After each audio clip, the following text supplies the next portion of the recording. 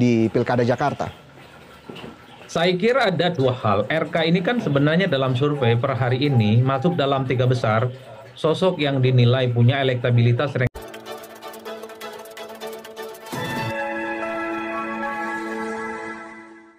Assalamualaikum warahmatullahi wabarakatuh. Alhamdulillah wassalatu wassalamu ala Rasulillah wa ala alihi wa ashabihi wa mawalah la haula wa la quwwata illa billahil aliyyil azim. Sobat sewot yang dirahmati Allah dan disayangi Rasulullah sallallahu alaihi wasallam, prestasi perolehan Partai Kebangkitan Bangsa pada pemilu 2024 diakui oleh semua pihak.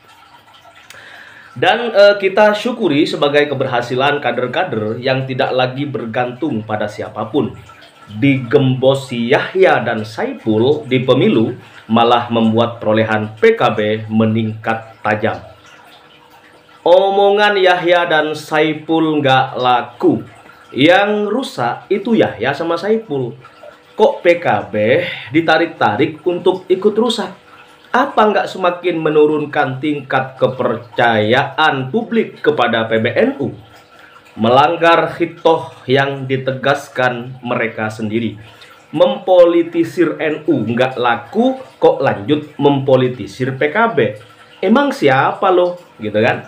Anda sopan kami segan, kalau nggak sopan jangan ajak-ajak kita. Nah, ini adalah narasi yang ditulis langsung oleh Ketua Umum Partai Kebangkitan Bangsa Gus Muhaimin Iskandar.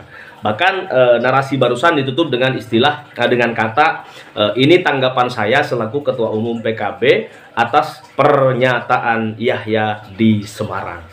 Nah, sobat sewot yang dirahmati Allah, ini sitru dan kisruh antara pengurus besar PBNU ya, kemudian juga petinggi Partai Kebangkitan Bangsa yang sampai hari ini masih terus membias kemana-mana. Bahkan ada para pemuda atau kelompok yang ada di barisan Gus Dur gitu kan, ini menggeruduk kantor NU kemarin ya, kantor PBNU di Jakarta Pusat.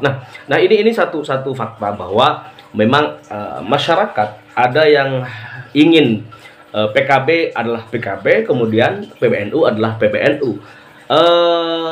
Hubungan silaturahim antar anak bangsa ya dalam tubuh pengurus kepengurusan gitu kan, struktural, itu dianjurkan. Bahkan dalam agama memang diharuskan, satu keharusan untuk menjaga hubungan harmonis antar sesama umat Islam. Nah, tetapi kalau sekelas ketua umum di Republik ini gitu kan memberikan contoh yang sudah tidak elegan, sudah tidak etis, etika, maka ini satu contoh yang apa ya, menyakitkan bagi masyarakat gitu. Mereka digugu, mereka ditiru.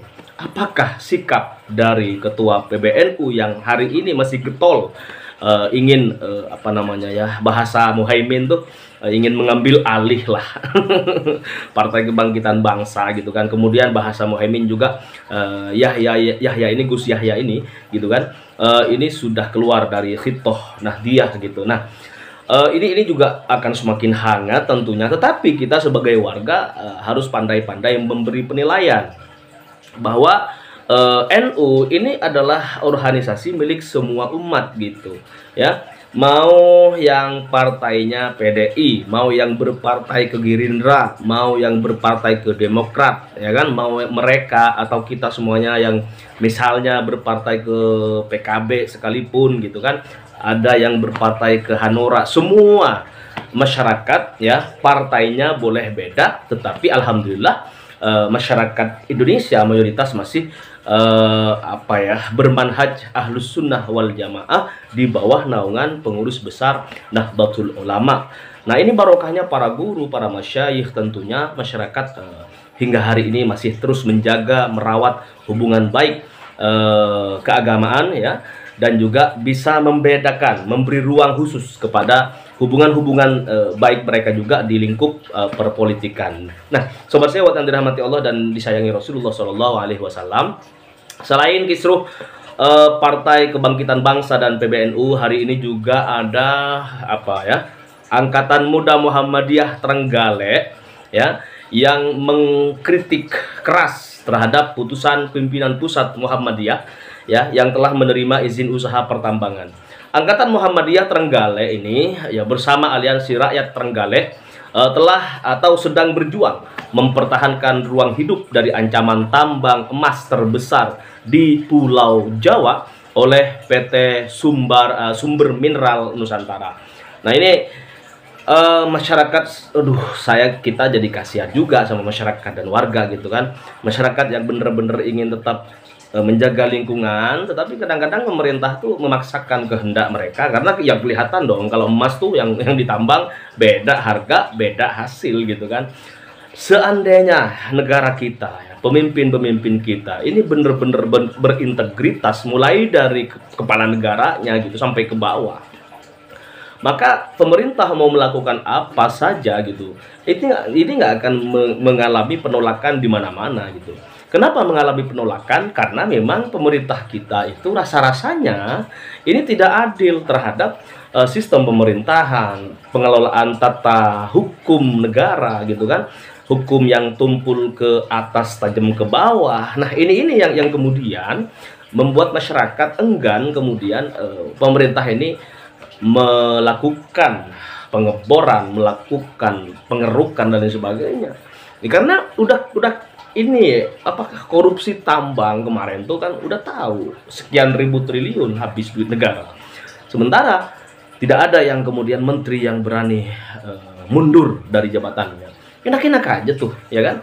Kemudian presiden sepertinya lebih sibuk ngurus Kaisang Pangarep, Gibran Rakabuming Raka, kemudian ngurus IKN ketimbang anak buahnya ya itu diurusin biar bener gitu dalam menegakkan hukum dan keadilan di Republik Indonesia ini. Nah, nanti kita akan lihat, saksikan dan beri reaksi kepada pertama pernyataan-pernyataan dari Gus Muhaimin, kemudian Gus Yahya, kemudian juga pemuda Muhammadiyah yang juga menyuarakan kritik tajam mereka kepada pengurus pimpinan pusat Muhammadiyah yang dikabarkan hari ini telah menerima ya sama seperti BBNdo kemarin yang dibilang begini sama masyarakat tuh kunut nggak sama, yang NU kunut, yang Muhammadiyah nggak kunut. Kemudian yang NU tahlilan, yang Muhammadiyah tidak tahlilan. Tetapi urusan tambang, kenapa mereka bisa bareng pada mau gitu? Nah ini hubbud dunya, kalau kata prediksi hadis Rasulullah Shallallahu Alaihi Wasallam, saya fi zamanun ala ummati, kelak akan datang kepada umatku suatu zaman di mana mereka sangat mencintai dunia, wa karahiyatul maut, dan mereka takut mati gitu. Sementara mereka lebih cinta kepada dunia tetapi tidak mempersiapkan diri untuk mengarungi kehidupan yang jauh lebih abadi, jauh lebih panjang gitu kan, di kehidupan akhirat sejak nanti kita masuk ke liang lahat. Sobat sewot yang dirahmati Allah dan disayangi Rasulullah SAW. Oke, kita langsung ke hasil survei dulu ya. Nanti kita reaksi bareng-bareng terkait apa yang disampaikan kita barusan gitu kan. Untuk saat ini kita langsung ke hasil survei terbaru Pilkada Jakarta ya. Pasca Deddy Mulyadi resmi diusung Partai Golkar di pemilihan Gubernur Jawa Barat. Padahal ketika Ridwan Kamil santer diberitakan oleh teman-teman media untuk berkontestasi di Pilkada Jakarta gitu kan. Sejak itu pula sampai beberapa pekan terakhir kemarin Golkar ngotot untuk kemudian tetap mempertahankan atau merekomendasikan Ridwan Kamil di Jawa Barat, karena memang survei tertinggi itu untuk calon gubernur Jawa Barat dari sekian banyak nama yang ditawarkan kepada masyarakat, Ridwan Kamil masih ada di posisi pertama. Jadi publik ketika bicara Jakarta kemudian disangkut pautkan dengan Ridwan Kamil, ini seperti air dan minyak gitu, tidak bareng gitu, tidak ketemu. Di Jakarta Ridwan Kamil posisi surveinya itu tetap di nomor 3 hingga hari ini, dan di Jawa Barat tetap nomor 1.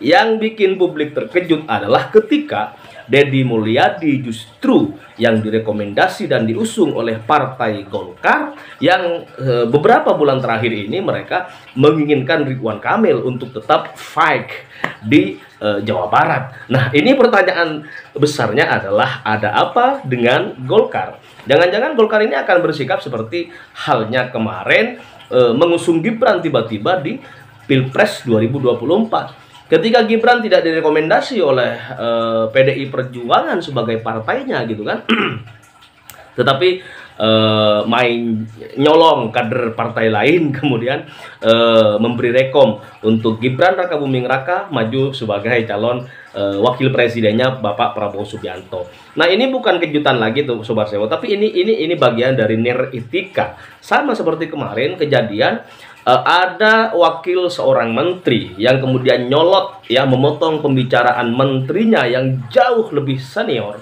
gitu kan, yang sudah sepuh, yang sudah tidak lagi mementingkan kepentingan dunia ya, barangkali sudah masih pikirannya udah lebih kepada akhirat ya, karena udah faktor usia dan keimanan yang sudah cukup tinggi.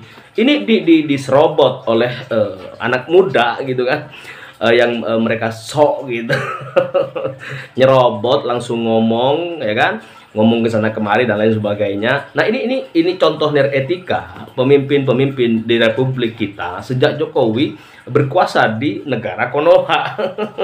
Wakanda ini tambah hancur aja gitu. Nah, tetapi Sobat Sewa dan dirahmati Allah dan disayangi Rasulullah SAW ya kan, kita kembali ke Ridwan Kamil yang ditunjuk Partai Golkar untuk maju di Pilkada Jakarta. Ini kata TV1news.com gitu, bahwa Ridwan Kamil ini udah ditunjuk, kata TV1 News gitu. Nah, tetapi kita masih belum mengkonfirmasi betul ya, apakah memang setelah Golkar resmi mengusung Deddy Mulyadi di Pilkada Jawa Barat, di Pilgub Jawa Barat, akankah Ridwan Kamil juga akan mendapatkan surat serupa untuk berkontestasi di Pilkada Jakarta 2024 gitu. Nah, namun Sobat Sewot, atas kabar Ridwan Kamil ditunjuk Partai Golkar untuk maju di Pilkada Jakarta ya, Mas Anies Rashid Baswedan ini lebih memilih mendengarkan aspirasi rakyat ketimbang memikirkan siapa yang akan menjadi lawan atau pendampingnya di pemilihan gubernur Jakarta pada tahun ini. Nah, Mas Anies Rashid Baswedan merespon majunya mantan gubernur Jawa Barat, Bang Emil gitu, Kang Emil ya, Ridwan Kamil, saat berkegiatan di acara Car Free Day kemarin di Sudirman hari Minggu tanggal 4 Agustus 2024. Nah, Mas Anies mengatakan ya, ini tentang warga Jakarta yang ingin pelayanannya lebih baik, yang ingin hidupnya lebih makmur, sejahtera. Jadi biarkan proses politik itu yang berjalan. Tapi fokus saya, kata Mas Anies, tak mau bergeser. Fokus saya tentang warga Jakarta. Nah, menurut Mas Anies, Sobat Sewot, sejauh ini belum ada warga Jakarta yang mempertanyakan partai pengusung dan wakil yang akan mendampingi beliau nanti di pemilihan gubernur Jakarta. Tetapi yang sangat mengejutkan juga kemarin pertemuan antara Mas Anies Baswedan dengan si Babah Alun ya di Car Free Day gitu. Ketemu dengan Babah Alun dan Babah Alun kelihatan sangat greget untuk kemudian barangkali berangkat dari keprihatinan terhadap kondisi demokrasi kita ya. Babah Alun ini kayak greget banget gitu, ingin bareng Mas Anies kemudian memenangkan pilkada dan segera memberikan satu jawaban atas harapan-harapan masyarakat Jakarta yang kemudian nanti bisa jadi 2029 Babah Alun ini kalau sukses memenangkan Pilkada Jakarta sebagai calon wakil Mas Anies misalnya gitu kan, ini bisa ditawarkan ke publik di seluruh Indonesia sebagai calon wakil presiden. Nah, ini kalau kemudian berhasil menata Jakarta yang bahagia kotanya dan maju negaranya. Sobat Sewot, oke, sejumlah lembaga survei ini telah mengukur ya elektabilitas beberapa nama calon gubernur Jakarta ya pasca diusungnya siapa Deddy Mulyadi oleh Partai Golkar di pemilihan gubernur Jawa Barat tanpa melirik kepada Ridwan Kamil yang sudah benar-benar ini mau dibilang Ridwan Kamil kecewa ya nggak mungkin lah ya. Beliau sudah sangat dewasa dan sudah pengalaman melintang di dunia perpolitikan. Nah, bagaimana dengan sejumlah lembaga survei menurut TV1news.com gitu. Nah, mengukur elektabilitas Anies Baswedan dan Ridwan Kamil di Pilkada Jakarta, ya, hasil survei ya yang ditayangkan oleh tv1news.com, hasil surveinya lembaga Proximity Indonesia ini menunjukkan bahwa Mas Anies Baswedan ini masih ada di peringkat pertama dengan perolehan 18,5%. Sementara Ridwan Kamil, Sobat Sewot, menduduki posisi ketiga ya setelah Ahok dengan perolehan 12,5%. Maka yang paling berpotensi untuk maju di putaran kedua barangkali ya, kecuali Mas Ridwan Kamil ini mendapatkan dorongan dari Koalisi Indonesia Maju dengan kode etik dari Jokowi. Beda dong kalau udah ada Jokowinya tuh nanti beda ya, karena yang punya KPU ini meskipun punya rakyat tapi rasa-rasanya rasa-rasa Jokowi gitu.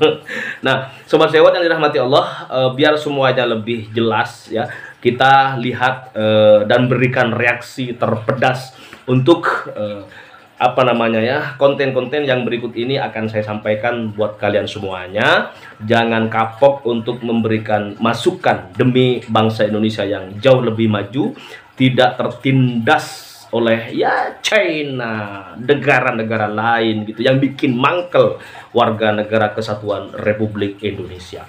Boleh gitu kan, siapa yang mau melarang ada hubungan bilateral gitu kan, siapa yang melarang ada investor masuk investasi dari manapun negara luar gitu kan.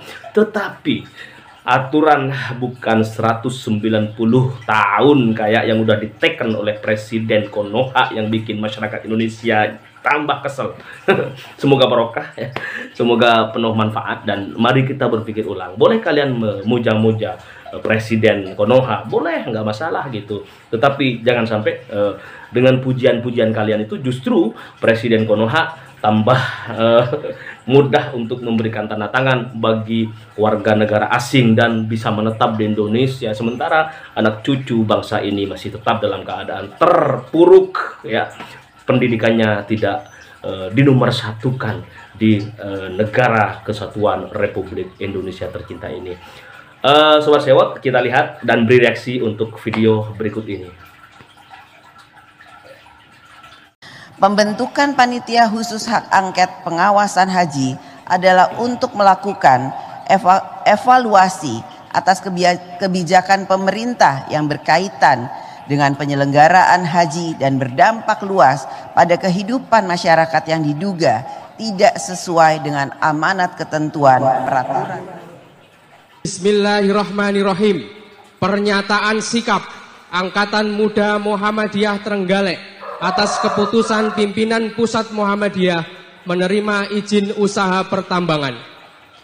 Angkatan Muda Muhammadiyah Trenggalek bersama Aliansi Rakyat Trenggalek saat ini telah dan sedang berjuang mempertahankan ruang hidup dari ancaman tambang emas terbesar di Pulau Jawa oleh PT Sumber Mineral Nusantara. Berdasarkan dokumen izin usaha pertambangan operasi produksi yang diterbitkan oleh Gubernur Jawa Timur, PT SMN mendapatkan konsesi lahan 9 dari 14 kecamatan di Kabupaten Trenggalek yang luasnya lebih dari 12.000 hektar. Jika proyek tambang emas benar-benar beroperasi, maka masa depan masyarakat Trenggalek benar-benar terancam. Sementara itu, pimpinan Pusat Muhammadiyah melalui konferensi pers hasil konsolidasi nasional Muhammadiyah tanggal 28 Juli 2024 di Universitas Aisyah Yogyakarta justru menyatakan menerima tawaran izin usaha pertambangan dari pemerintah. Sehubungan dengan hal tersebut, Angkatan Muda Muhammadiyah Trenggalek menyatakan sikap. 1. Keputusan pimpinan Pusat Muhammadiyah menerima izin usaha pertambangan dari pemerintah telah menciderai perjuangan kelompok masyarakat, baik internal maupun eksternal Muhammadiyah, yang ingin mempertahankan ruang hidup dari aktivitas pertambangan. 2. Meminta pimpinan Pusat Muhammadiyah untuk mengkaji kembali keputusan menerima izin usaha pertambangan dari pemerintah yang didasarkan Peraturan Pemerintah Nomor 25 Tahun 2024. 3. meminta pimpinan pusat Muhammadiyah untuk membatalkan keputusan izin usaha pertambangan tersebut karena kegiatan pertambangan ekstraktif memiliki banyak mudarat daripada manfaatnya. 4. Tambang ekstraktif menjadi penyebab masifnya perubahan iklim global, kerusakan lingkungan, menurunnya kualitas air, dan memicu berbagai macam konflik sosial bagi masyarakat di area tapak tambang. 5. Lembaga Hikmah dan Kebijakan Publik PP Muhammadiyah telah berperan aktif memberi advokasi kepada masyarakat yang menjadi korban proyek pertambangan seperti di Wadas, Banyuwangi, termasuk di Trenggalek, sehingga keputusan PP Muhammadiyah menerima izin usaha pertambangan dari pemerintah dengan dalih apapun bertentangan dengan upaya yang dilakukan oleh LHKP PP Muhammadiyah sendiri. 6. Angkatan Muda Muhammadiyah Trenggalek selama ini membawa nama besar Muhammadiyah sebagai organisasi pengayom dan penolong kesengsaraan umum untuk menghimpun elemen masyarakat Trenggalek bersama-sama menolak masuknya tambang emas di Kabupaten Trenggalek yang mengancam ruang hidup masyarakat. Melalui keputusan PP Muhammadiyah menerima izin usaha pertambangan dari pemerintah, maka saat ini pemuda Muhammadiyah dan angkatan Muhammadiyah tidak memiliki lagi legitimasi untuk mengajak masyarakat menolak tambang emas di Kabupaten Trenggalek.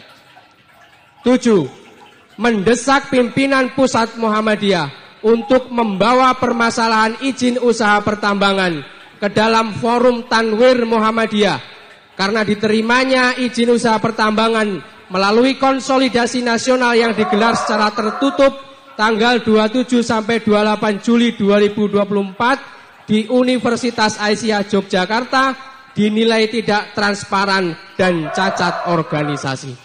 Trenggalek 29 Muharram 1446 Hijriah bertepatan dengan tanggal 4 Agustus 2024 Masehi. Ketua Pemuda Muhammadiyah Trenggalek Arifin, Ketua Pimpinan Daerah Nasihatul Aisyah Trenggalek Deno Ayu Adila, Ketua Kuarda HW Trenggalek Eko Susanto, Ketua Ikatan Mahasiswa Muhammadiyah Trenggalek Hafid Alimuddin, Ketua Ikatan Pelajar Muhammadiyah Trenggalek Ketua Asar Ramadan. Demikian Bapak Ibu pernyataan sikap yang kami sampaikan kepada pimpinan pusat Muhammadiyah.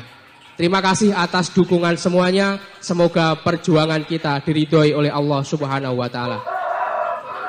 Nasrun minallah wa fatkun qarib wa basyiril mu'minin. Wassalamualaikum warahmatullahi wabarakatuh. Oke, sobat sewa dan dirahmati Allah dan disayangi Rasulullah Shallallahu Alaihi Wasallam, demikian ya tentang PBNU versus PKB, demikian juga tentang Muhammadiyah, pemudanya yang udah mulai memberontak dengan apa namanya kritis, tajam membangun gitu kan. Dengan kritik yang konstruktif dan lain sebagainya. Tetapi ini perlu kita juga pahami bahwa kontestasi pilkada di Jakarta ini ada kabar, ada penjagalan dan lain sebagainya. Kita akan bahas besok. Nah, sobat sewot, semoga barokah, semoga semuanya mendapatkan manfaat dan semoga kita kelak mendapatkan syafaat baginda Nabi besar Nabi Muhammad Sallallahu Alaihi Wasallam fi yaumil qiyamah. Semoga bahagia ya, semoga semuanya segera pergi umroh, dipanggil haji oleh Allah Subhanahu wa taala, beribadah ke kota suci Mekah dan Madinah Al-Munawwarah. Nah, salam perubahan. Allahumma sholli ala sayyidina Muhammad wa ala ali sayyidina Muhammad.